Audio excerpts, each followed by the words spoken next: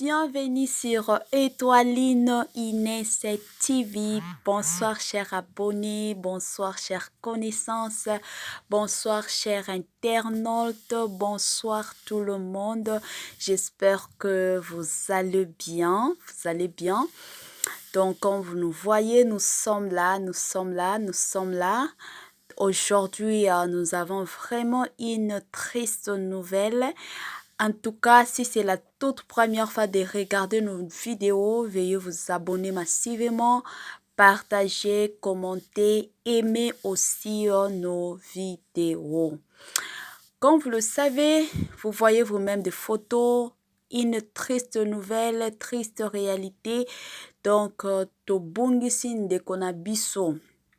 Aza actrice na biso ya théâtre, atournaka ba théâtre, bando tourner ba théâtre. Lelo sangwa mawa ekomeli batu ya théâtre, batu oyo basalaka ba théâtre, batu oyo basekisaka biso chaque fois. Sangwa mawa vraiment ekwei epai na bango, ekwei pe epai na biso nyonso ba congolais. Donc ndeko na biso oyo asala ba théâtre, bando sala ba théâtre, auti kotika biso, akufi na Congo Brazza, des places akufi. Donc pour l'instant, information nyonso toza nango te, toyebi te abelaki, mais selon ba photo, ba mwa vidéo tozomona abelaki, mais oyo mosusu ba information mosusu ka ndenge ezalaka nanu toza na ba information mosusu te. Donc comme vous le savez, soki moto akufi eza moment ya kobando tonga ye te, eza moment ya kobando koloba mabe na ye te, eza moment ya kobando critiquer ye te. Eza moment yo na nga ndeko na nga ozolanda nga ozolanda ba émission na ngai, eza moment tozonga nsima totala ndenge nini tozotambola, parce que liwa ya mikolo oyo ekoyebisa mutu te. Donc garantie ya kovivre lobi eza te.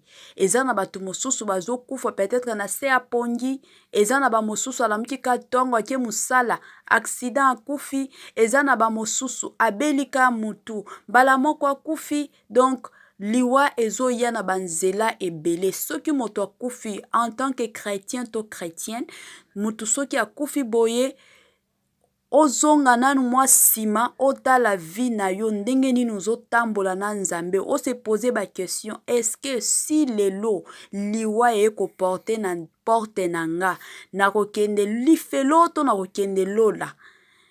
Donc ba émission ya bongo ba liwa, soki liwa ekome, il faut qu'on se pose beaucoup de questions sur ça et surtout s'apprêter parce qu'on ne sait jamais. Demain, ezo promettre biso te.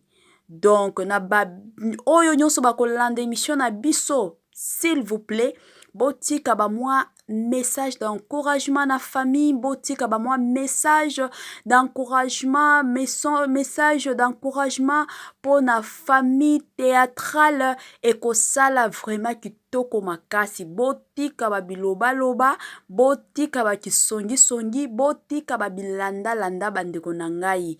Liwa e promettra ka mutu te, toyebi lobi te, donc tozalaka prêt ou tôt prête. Donc comme vous le voyez, nous sommes vraiment à la fin de notre mission. Que Dieu vous bénisse abondamment et